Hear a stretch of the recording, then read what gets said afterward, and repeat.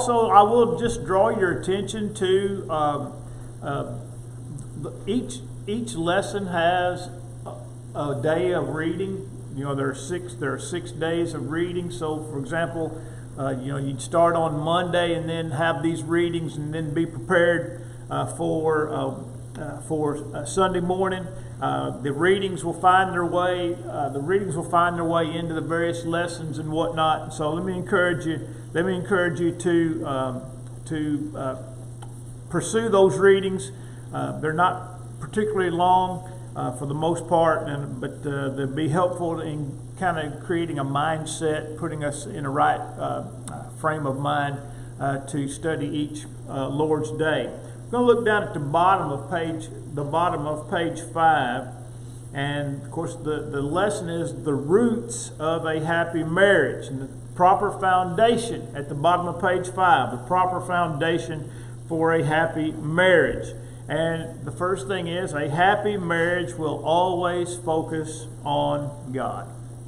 A happy marriage will always focus on God. Now, as we move through this study, what we'll see is that when we focus on God, then, for lack of a better term, by default or by extension, then by focusing on God, then we'll focus on what God says as husbands or as wives, and thus, for the wife, the husband, the wife is the beneficiary of his focus on God. And for the wife, her husband is the beneficiary of her focus on God. And so all that we do in our marriages should focus on God. God is the one who instituted marriage.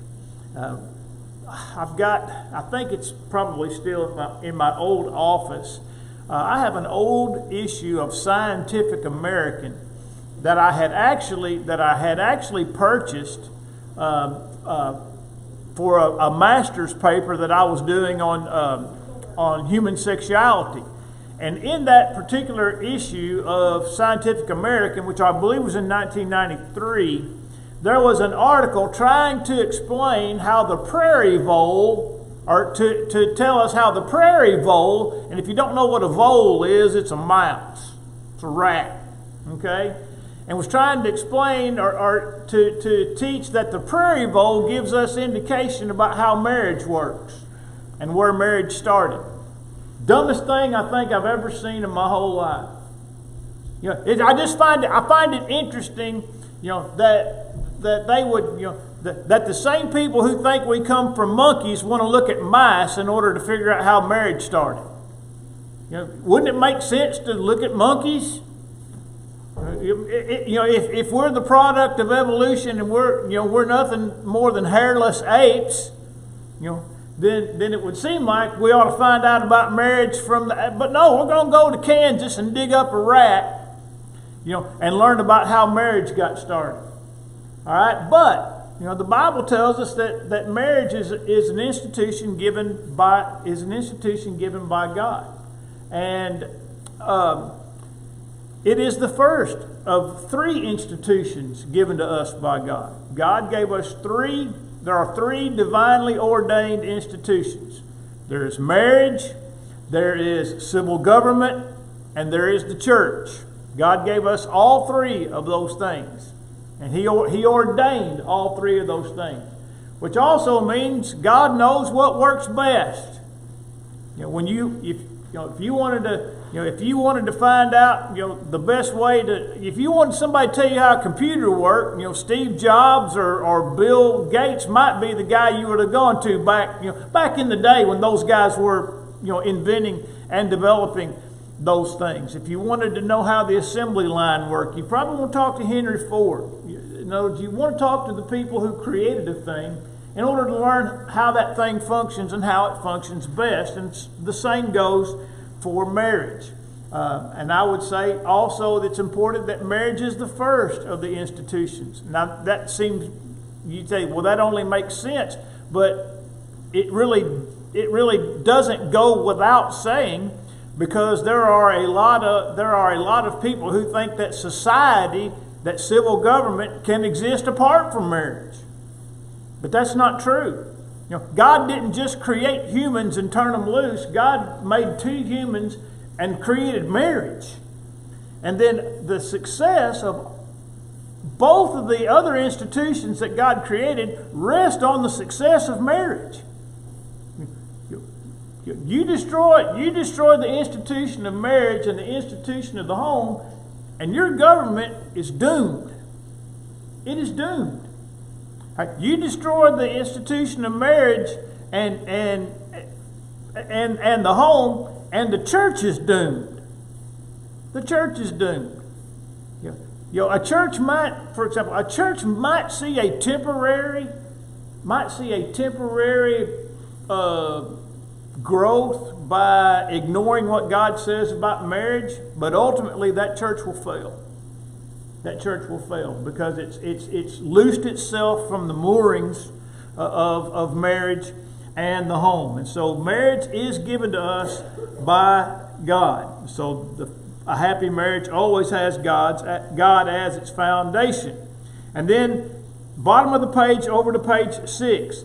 This priority will be manifested by the fact that every decision made in our marriages, that is spiritually, physically, relationally, financially, vocationally, every decision in our marriage will be based on the principles that God has revealed in the Bible.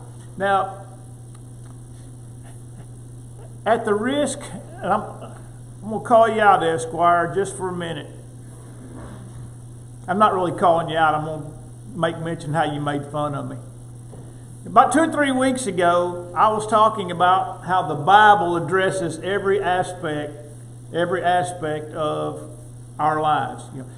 If you want to be a good young man, you want to be a good old man, you want to be a good single man, you want to be a good married man, you want to be a good father, you want to be a good grandpa. And then I went through the female side, and then I went through the citizen and all that. And somebody accused me of sounding like Joel Osteen.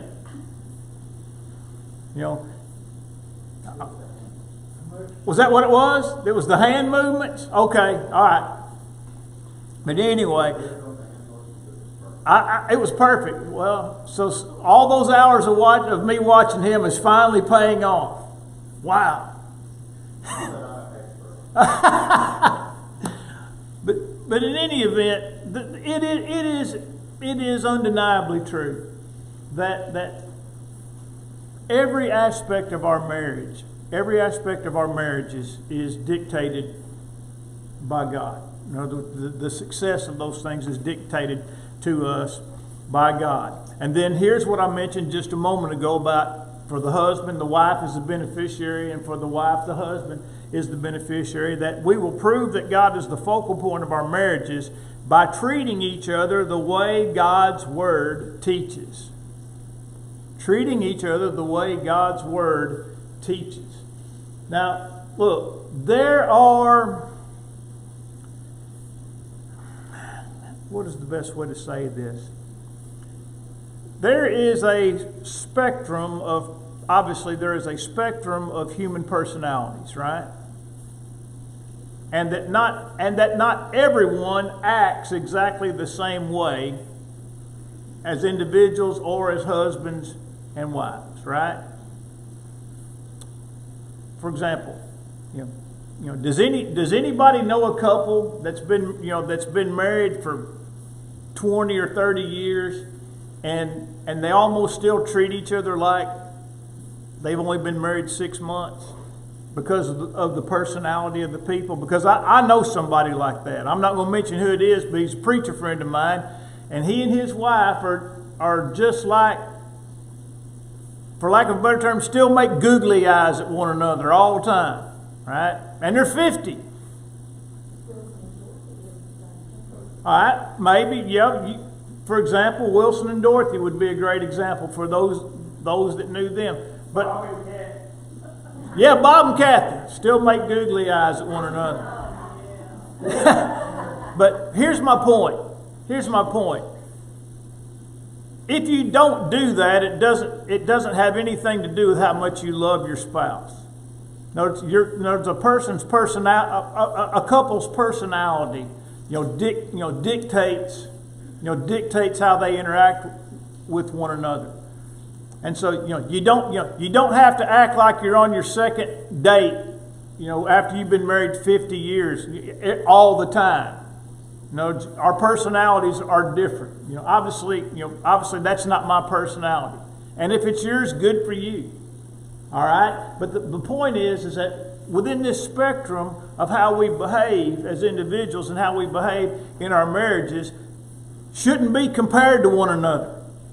In other words, I don't think there's any less love in my marriage just because me and Rhonda don't act like that than this couple that I have in mind. So, but we can fall into bad comparisons. We fall into bad comparisons. Usually it's the wife says something to the husband about how some husband does something for his wife all the time, does this, does that, as if somehow he's inferior because he doesn't do what somebody else does, and it may just not be his personality. My grandfather, my mom's dad, was a very stoic individual for the most part. Now look, he loved to laugh and have a good time, but he never got angry, but he wasn't overly affectionate at all. He just that old Northwest Alabama grew up, hillside cotton farmer. Those people, many of them not overly affectionate. But there was never any doubt, you ask my mom, there was never any doubt that my grandpa loved my grandma, and that he loved his kids, and that he loved, the church. But the way that he showed it, was just not too much on the outward side. And so, we want to make sure that we don't make false comparisons about the decisions that we make with our spouses and toward our spouses, because each of us functions at a different space, on the spectrum of human personality. But the Bible does say some things very generally about how husbands and wives ought to treat one another. The classic text has to be Ephesians 5. Beginning in verse 22 and going through verse 33. And in that text, it begins with a statement to wives to be submissive to their own husbands as unto the Lord. Be in submission to your own husbands as unto the Lord. For the husband is the head of the wife, even as Christ is the head of the church, and he's the Savior of the body. And then you have the rest of it. The rest of the entire text deals with husbands. And it starts in verse number 25. Husbands, love your wives, even as Christ also loved the church, and gave himself for her, that he might sanctify and cleanse her by the washing of water by the word, that he might present to her a glorious church, not having spot or wrinkle or any such thing, but that she should be holy and without blemish. And then, based on this set of truths, verse 28 says, so then, husbands ought to love their own wives as their own bodies. For he who loves his wife loves himself. For no one ever hated his own flesh, but nourishes it and cherishes it, just as the Lord does the church. And so you have a very simple statement. Husbands are to love their wives as they love themselves, as they love their own bodies. What other statements do we have in here? We have the word nourish. We have the word cherish. We have these words that are very easily understood.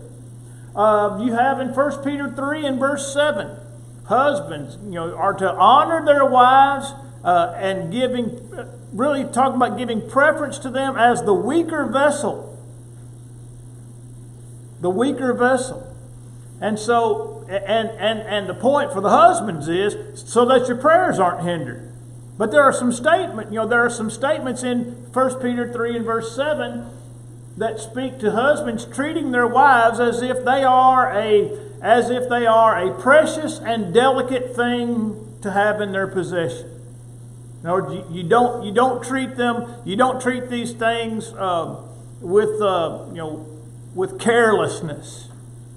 If you had some type of, one thing, when I think about this, the thing that comes to my mind is like, if somebody had some type of precious, a vase, some type of delicate but very expensive piece of pottery or a vase, you don't set that thing up, in your kid's bedroom. Right? You don't put that thing, you don't even put it on the coffee table, right? If you're going to display it, it's going to be displayed on the mantle. It's going to be displayed somewhere where it's not going to be knocked off and broken. In other words, we recognize the value of it. We recognize that it is easily broken, or it is delicate, if we want to use that word, and then we protect that thing. We protect that thing. And so, and these are all statements that are made to husbands. Now, there are a lot of women in our society that would take offense at those types of statements. That the wife is, and this is the term that God used in 1 Peter 3:7, that they're the weaker vessel. They're the weaker vessel. Right? Our society has poisoned the mind of women to make them believe that men and women are equal in every capacity. There's nothing a man can do that a woman can't do. Half the songs in the 1970s, basically tried to tell America, that lie. Right? But are men and women emotionally equal? They are not. They're not. And by the way, and we all know they're not physically equal, which is why we still have girls' sports for now. All right. So we understand men and women are not physically equal. They're not emotionally equal. And in a lot of ways, they're not that they're not intellectually unequal, but they're intellectually different. The old saying, men care about things and women care about what? Men care about things and women care about what? People. Is that right? People. As a general rule, women care more about people and men care more about things. How do I know that's true? Well, just go and tell me about how many nurses there are that are women versus how many are men. Go tell me how many school teachers there are that are women as opposed to how many are men. Look at the healthcare industry in general and tell me how many are women and how many are men. In other words, people-oriented professions are dominated by women. Right? Now, go to an engineering firm and tell me how many men are there versus how many women are there. Go to a construction company and tell me how many women are there versus how many men are there. I mean, it's pretty easy to see, right? And nobody's forcing women to be teachers and nurses and healthcare professionals, and nobody's forcing men, to go build things, right? So what does that tell us? It tells us that there is a natural difference between women and men, and so somehow you have to we have to understand these things so that these two individuals who are really very different in their emotional makeup, in their physical makeup, in their intellectual makeup, in their interest. These things have to be brought together, right? They have to be merged. Well, that's going to take some effort on both sides, right? So we go back to this: everything that we do with respect to our marriage is treating one another, doing things the way that God's Word teaches. And then, by the way, and I didn't even mention vocationally, but I thought it was. I mentioned it, but I didn't really go into it a whole lot. But I guess I did just in talking about how men and women are different. So let me go on down here to number 3, or the third. It says, our purpose and our goals and directions in life will provide evidence that God is the foundation of our marriages. In other words, what is it that we are trying to accomplish, as husbands and wives? In other words, what dominates our decision making? In other words, what worldview dominates our decision making? And I'm going to give you an example of this. And this is my opinion, all right? And I say this because I was faced with this decision about 35 years ago. I had an opportunity. I was still in the ag industry, okay, because my degree's in agriculture. I was still working in that sphere. And I had an opportunity to move and to go and work for an agricultural firm in Nebraska.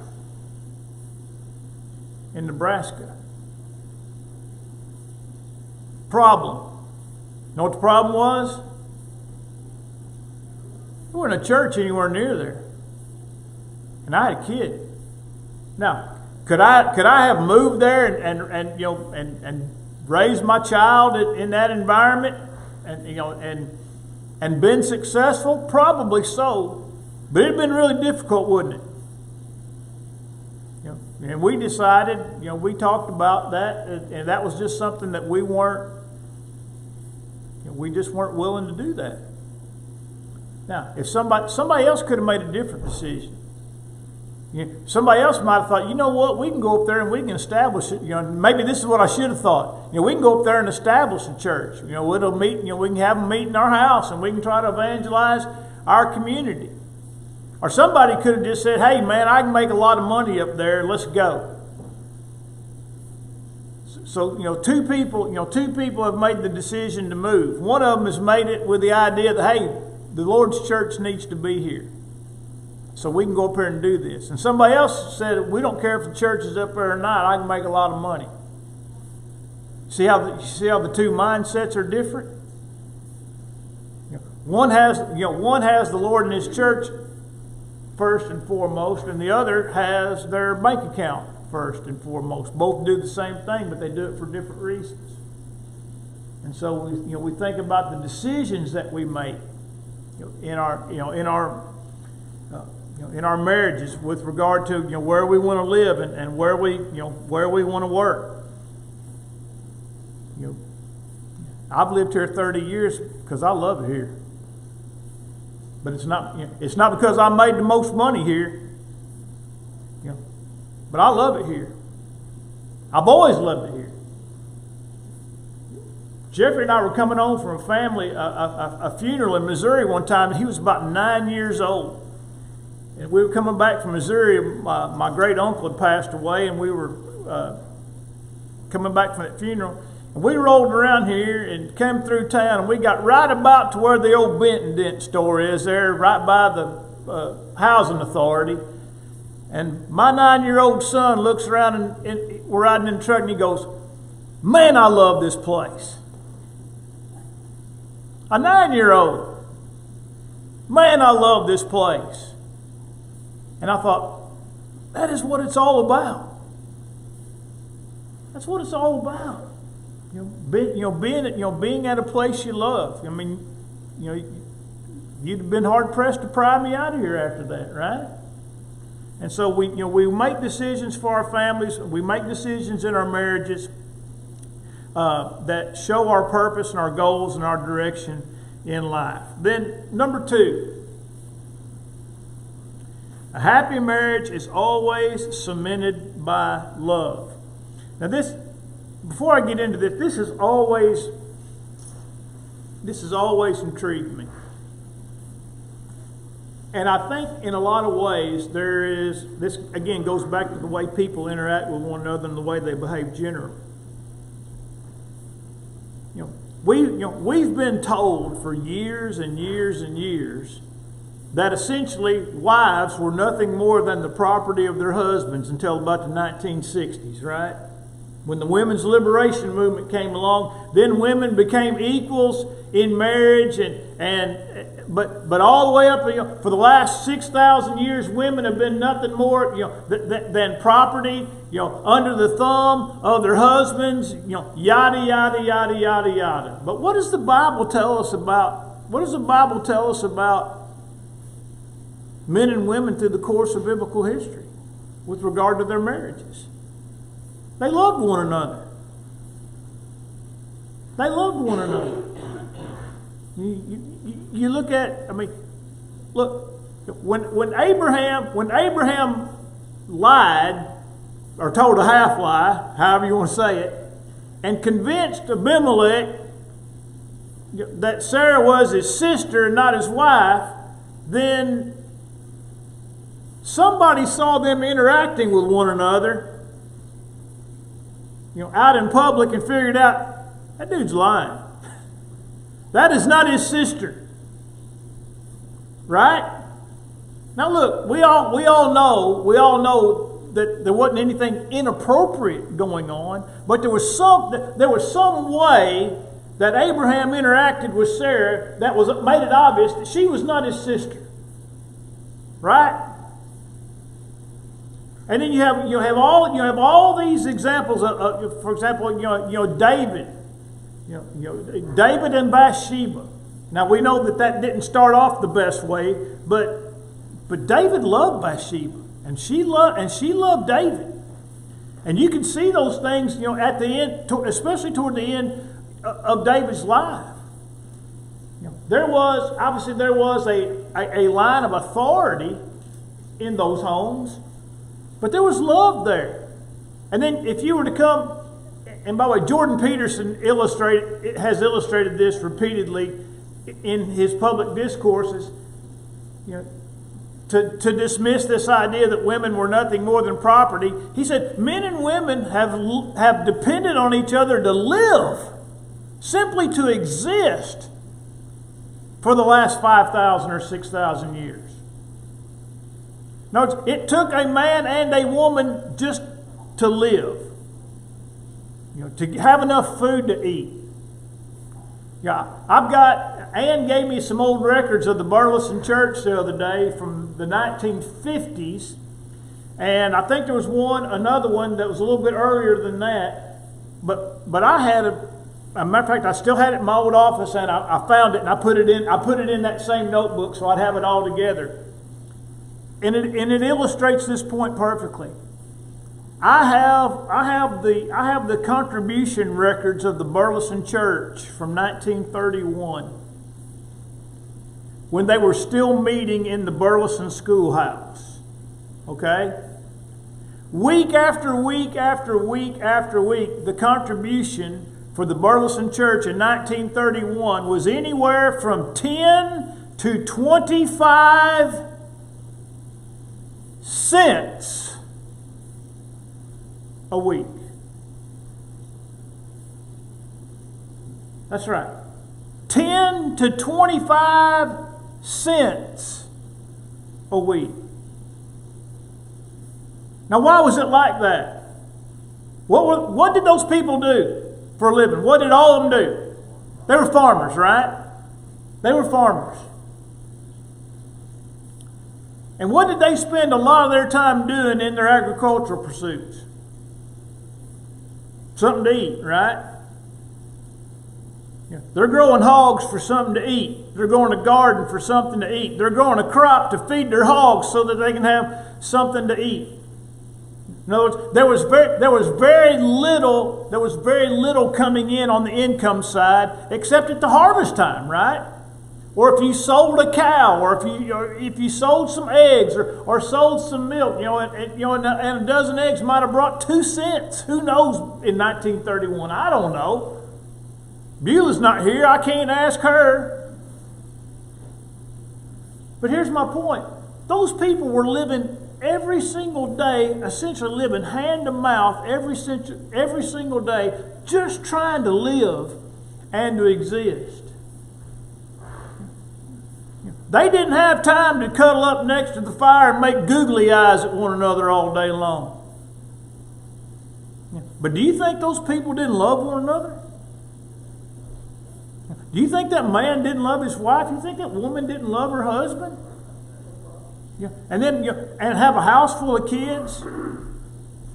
We mentioned Wilson and Dorothy. Wilson had, I think he had 14 brothers and sisters, and they were raised in a 2-room house.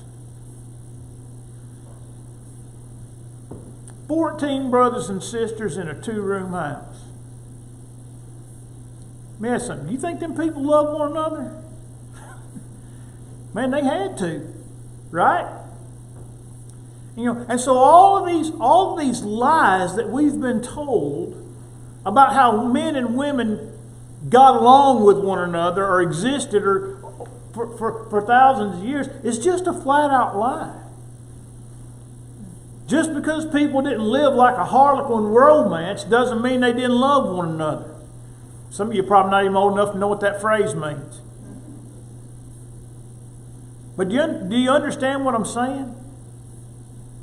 Just because it was different doesn't mean there wasn't incredible love there. A love that a lot of people today can't even comprehend in their tiny little brain, because they don't even really understand the concept of what real love is. Okay? And so as we start thinking about from the biblical sense, we want to have a biblical concept of what love is. What it is and what it does. Marriages are cemented, number 2, always cemented by love. All right, again here. Man has 2 essential or basic needs. Number 1, to be loved by someone, and number 2, to love someone. That's a pretty simple way of explaining human existence, right? We want to be loved by somebody, and we want to love somebody, and that's pretty well the statement for everybody across the globe. And marriage fulfills both of those needs. It provides somebody to love me, and it provides me with somebody to love. All right, then. The love that solidifies marriage is always unconditional. It's unconditional. All right? And it is expressive. Like God's love. God has shown, God demonstrates His love toward us, and that while we're yet sinners, Christ died for us. Romans 5 and verse 8. Notice, the love of God can be demonstrated. All right? The love in marriage also is to be unconditional and demonstrated. The word expressive simply means to be shown. All right? Marriage love is best characterized by what the Greeks called agape love, which is more than a feeling or an emotion, but it's the exercise of one's will to always seek what is best for another person. That's what I was talking about with 2 vastly different people that have to make the effort to be one. It's what a person. It's the express. It is the express. How to say it? Exercise of one's will to seek the best for another. All right. It's not something that happens to you. It's something that you make happen. There, number 2. All right. I'm going to stop right there for right now. This next section is a little bit longer, and there's a story involved.